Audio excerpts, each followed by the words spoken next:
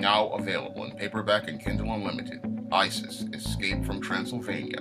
The goddess next door and John Haynes must escape a horde of vampires on the hunt in this horror-filled Isis series adventure. Get Isis, Escape from Transylvania in paperback and Kindle Unlimited today. I don't know what the people at Marvel Comics are smoking. All I know is I don't want any of it. Recently, Marvel Comics announced that they were going to give Riri Williams' Ironheart her own limited series. And this is one of the most mind boggling decisions I've ever seen from a publisher's perspective. Usually, a character gets their own series once they have proven that they can get the sales like a Wolverine did over the years, and that's what led to him getting his own solo book because Wolverine was one of the most popular X-Men, and he proved that he could carry himself in a limited series. And then in 1988, the decision was made to give Wolverine his first ongoing series. Same thing with your Tim Drake Robin. Your Tim Drake Robin was introduced in Batman. He became very popular in Batman comics. They then gave him 3 limited series, and then after the success of the 3 limited series, your Tim Drake Robin graduated to his own solo book. And the reason why those characters earned those solo books was because they proved they had an established audience, and they proved that there was a following of readers who would go out here and buy their books on the regular. Now, your Riri Williams doesn't have any of that following. No, your Riri Williams, ever since she made her first appearance during that horrific Brian Michael Bendis Iron Man run, has been one of the most reviled characters in all of comics. And the reason why the character is reviled is because the character is a Mary Sue for Brian Michael Bendis and an avatar for his adopted black daughter. So the Ironheart character is a lot of flash, but she has absolutely no substance at the core of her foundation, and overall the structure of the character is one that is extremely poor. So that's one of the reasons why I find it to be a completely mind-boggling reason to greenlight this character for her own limited series or any sort of series, because the character has proven that she could not carry the Iron Man book under Brian Michael Bendis, because under the Brian Michael Bendis era of Riri Williams and the Iron Man armor, we saw sales drop to all-time lows, where we saw the book at 9,000 orders or 7,000 orders, and Iron Man, the character, has been an all-time high in terms of popularity thanks to his portrayal by Robert Downey Jr. in Iron Man movies and Avengers movies, but this book is now at an all-time low because of this Riri Williams character, and most people only buy Iron Man, like Diversity in Comics do, to rip it and roast it. They don't buy it to read it and collect it.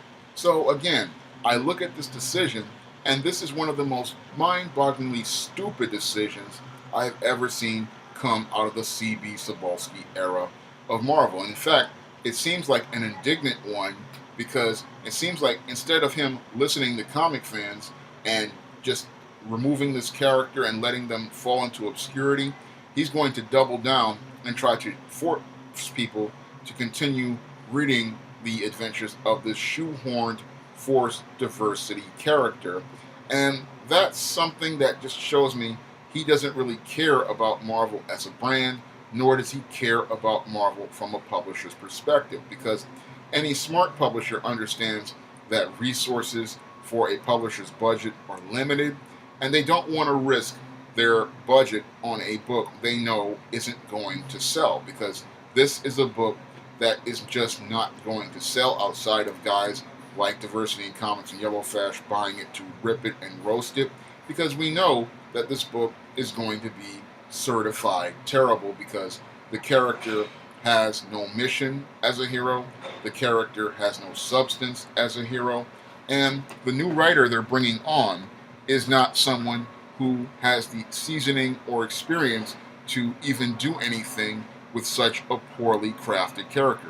Now, Marvel decided to bring in a new writer, Eve Ewing, a black woman who has absolutely no writing experience in comics, and the only thing that she has that's a qualification is one, she's a black woman, and two, she kind of looks like Riri Williams. So she's basically Mary suing herself in this Riri Williams character, and we're not seeing any sort of craft as related to storytelling from this woman. This woman, she does not have as many publishing credits as even I have, and she's going to be writing this Ironheart book. Again, I look at that decision from C.B. Cebulski, and it shows me that he's not really thinking about selling comics or reaching new readers. He's thinking about pushing a social justice identity politics agenda where he's going to try to shoehorn and force this character on an audience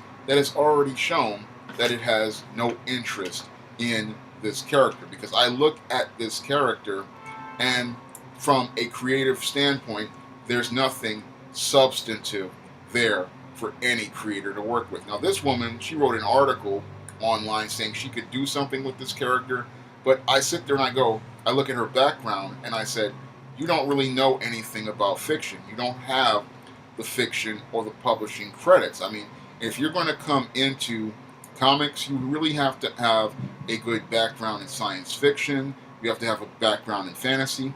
And most of all, you have to have a background in comics. And you have to have had read some comics in order to understand how the story model works, how the story paradigm works, and how to make characters develop in the medium. This woman has none of that experience, and I look at her qualifications, and outside of being a black woman who came out, wrote this article on Twitter, there's not much there. And the only reason why they're giving her this book is because they want to get press from many of these black media outlets and saying that a black woman is writing this black character, Ironheart. But again, her qualifications don't match outside of being a black woman who looks something like Riri Williams. I've been writing fantasy for almost 20 years, and I have the background to write a character like this, and I've been writing fantasy, again, for 20 years. I've read comics for over 30 years, yet your Marvel will sit there and they'll go out and hire this female over a guy like me.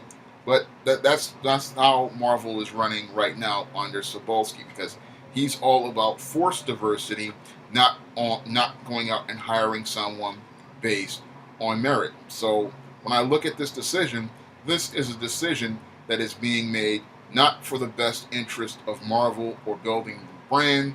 It is all about promoting identity politics at the expense of Disney and the expense of the Marvel brand and the reputation of the Marvel brand. Because this is a comic, if I were editor-in-chief at Marvel, that would never get greenlit, because I don't want to get the negative controversy with comic fans, nor do I want aspiring comic fans to come in and read a book of such poor quality. Because if you've never worked in comics, you don't get your own book.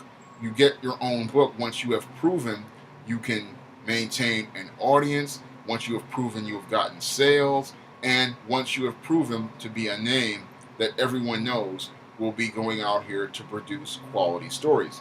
This female was just given this as another affirmative action hire, and again, this is not a positive step for diversity.